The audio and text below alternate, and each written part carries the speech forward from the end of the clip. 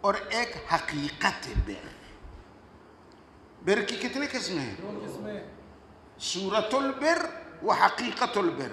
مولانا صورت بر میں اگر حقیقت موجود نہ ہو تو وہ صورت بر بیکار ہے، کیونکہ اصل بر سے، نیکی سے حقیقت کا ہونا لازمی ضروری ہے. ظاہر سے صرف کام نہیں چلے گا. مولانا اس کی مثال آپ اس طرح سمجھو جیسے کہ منافقین. مولانا وہ ظاہر میں نماز پڑھتے ہیں یا نہیں پڑھتے ہیں؟ پڑھتے ہیں.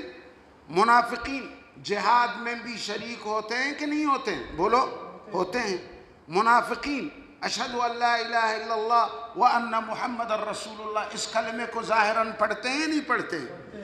لیکن ان کا ان سب کاموں میں صرف صورت بر ہے، حقیقت بر نہیں. اور اصل بر جو ہوتا ہے وہ حقیقت بر مقصود اور محمود ہے. صرف صورت بر سے کام نہیں چلے گا.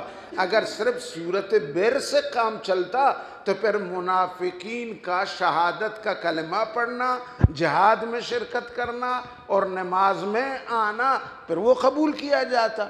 اس کے باوجود کہ وہ جہاد میں بھی آتے ہیں، نماز بھی پڑھتے ہیں، شہادت کا اعتراف بھی زبان سے، کون؟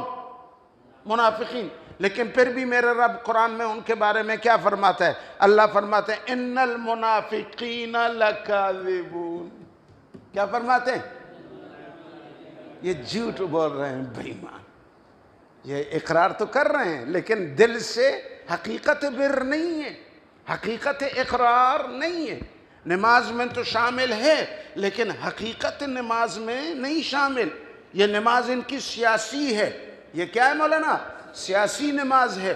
صرف لوگوں کے دل کو جیتنے کے لیے صفوں میں آپ ان کو دیکھتے ہو. سمجھ رہے مولانا؟ وضو ہے یا نہیں اس کا بھی کوئی پتہ نہیں ہوتا. سمجھ رہے ہیں مولانا؟ یہ ہمارے سیاسی لوگوں کا جو بر ہوتا ہے یہ بھی صرف صورت بر ہوتا ہے، حقیقت بر نہیں ہوتا. سمجھ رہے؟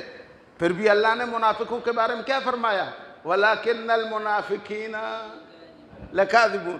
دوسری جگہ میں فرمایا ان المنافقین فی الدرک الاسفل فی الدرک. تو مولانا ہمیں اور آپ کو سب کو بر